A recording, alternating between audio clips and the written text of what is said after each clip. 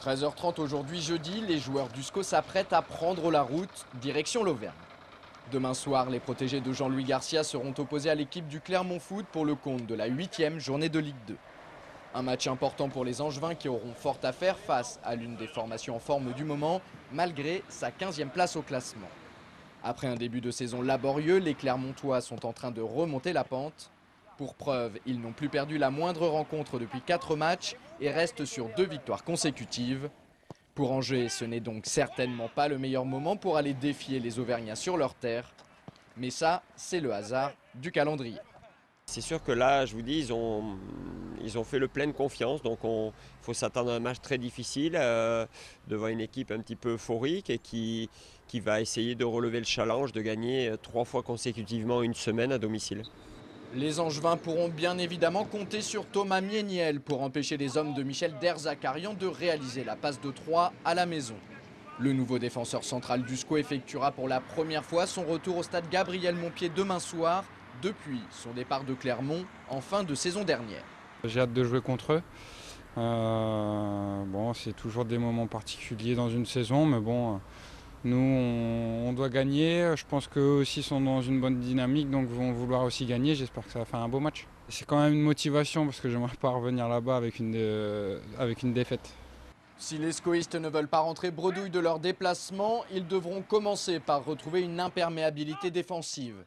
Lors de leurs 5 dernières sorties, ils ont à chaque fois concédé au moins un but, et souvent dans les moments clés.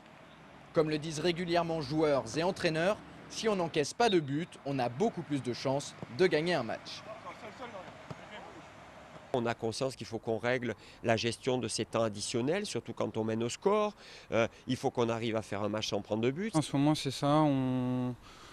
Sans concéder beaucoup d'occasions, on prend à chaque fois un but. Donc on travaille dessus pour justement corriger ces petites erreurs qui nous coûtent cher. Des erreurs qui ont fait perdre 4 points aux SCOistes contre Arles et Sedan. Avec 4 unités de plus au compteur, Angers occuperait la 3e place de Ligue 2. Mais revenons-en à la rencontre de demain.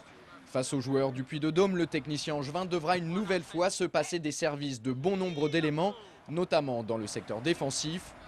Avec le groupe dont il dispose, Jean-Louis Garcia a indiqué qu'il s'appuiera sur son nouveau système en 4-3-3. Pour autant, il pourrait modifier son schéma tactique en cours de match si besoin est. Il y a Bruno Culamanga qui ne sera encore pas là pour ce match-là. On a Philippe Brunel qui est forfait, Charles Diers qui est forfait, David Leray qui est forfait alors que Martin Fall est suspendu. Ça fait beaucoup de monde. Serge Deblé qui est en sélection. Donc il faut composer la meilleure équipe, la plus performante en fonction des joueurs dont j'ai à disposition. Et c'est vrai que ces 3 joueurs depuis 2 matchs sont très très bons. Ce milieu, Stéphane Aurillac, Onyangé a de la gueule. Donc je ne vois pas pourquoi je modifierais. Après, je vous dis, j'ai la possibilité en cours de match, avec des gens comme Charbonnier, Adnan, de renforcer mon secteur offensif, de mettre un milieu axial de moins, on verra. Ce sont les circonstances du match qui dicteront un petit peu ma conduite. Voilà le 11 de départ qui débutera la rencontre face à Clermont. Avec la suspension de Martin Fall, Karim Djelabi sera positionné à droite de la défense. Anthony Wasfan effectuera sa rentrée sur le côté gauche. Quant à Kevin Olympa, il est confirmé à son poste de gardien. Pour le reste, pas de changement par rapport au match de Sedan.